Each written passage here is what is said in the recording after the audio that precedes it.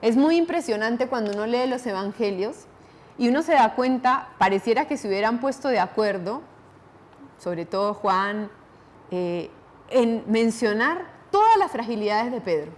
O sea, uno se topa, uno lee y uno dice, se topa con cuántas veces el evangelio habla de sus defectos, de sus limitaciones. Pedro duda cuando camina sobre las aguas. Pedro se revela ante el anuncio de la pasión del Señor. A Pedro el Señor le dice el reproche más duro que puede haber en el evangelio. Le dice, aléjate de mi vista, Satanás. Pedro no se deja lavar los pies o no se quiere dejar lavar los pies. Pedro le promete al Señor que nunca lo va a negar.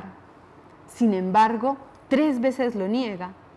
Pedro se queda dormido cuando acompaña al Señor en su agonía. Y es misterioso porque, sin embargo, es a Pedro a quien el Señor elige para ser la piedra, para ser la roca, para ser su vicario.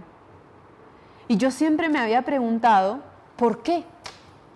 ¿Por qué el Señor elige a Pedro en vez de elegir, por ejemplo, a Juan?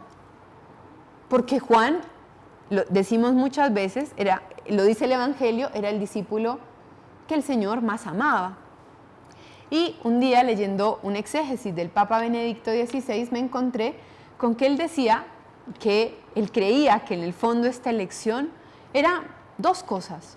Uno, que Dios quería hacer brillar con más fuerza la grandeza de su amor en una pequeña vasija de barro.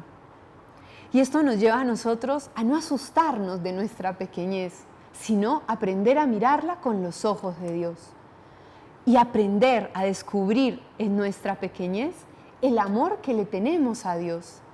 Pedro era terco, soberbio, impulsivo, impaciente, hasta le cortó la oreja a uno de los soldados. Pero ¿saben qué? Si bien Juan era el discípulo que Dios más amaba, Pedro era el discípulo que más amaba a Dios. Y entonces aquí encontramos algo hermoso y que creo que nos tiene que llenar de esperanza. En nuestra pequeñez podemos amar muchísimo a Dios. Es más, solamente en nuestra pequeñez podemos amar a Dios.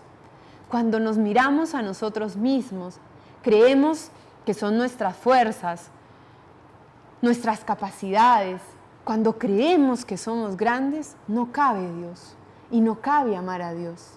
Podemos amar mucho a Dios cuando descubrimos que Dios nos ama mucho y que Dios lo que ama en nosotros es nuestra pequeñez y que es capaz de mirar esa pequeñez con ojos de misericordia.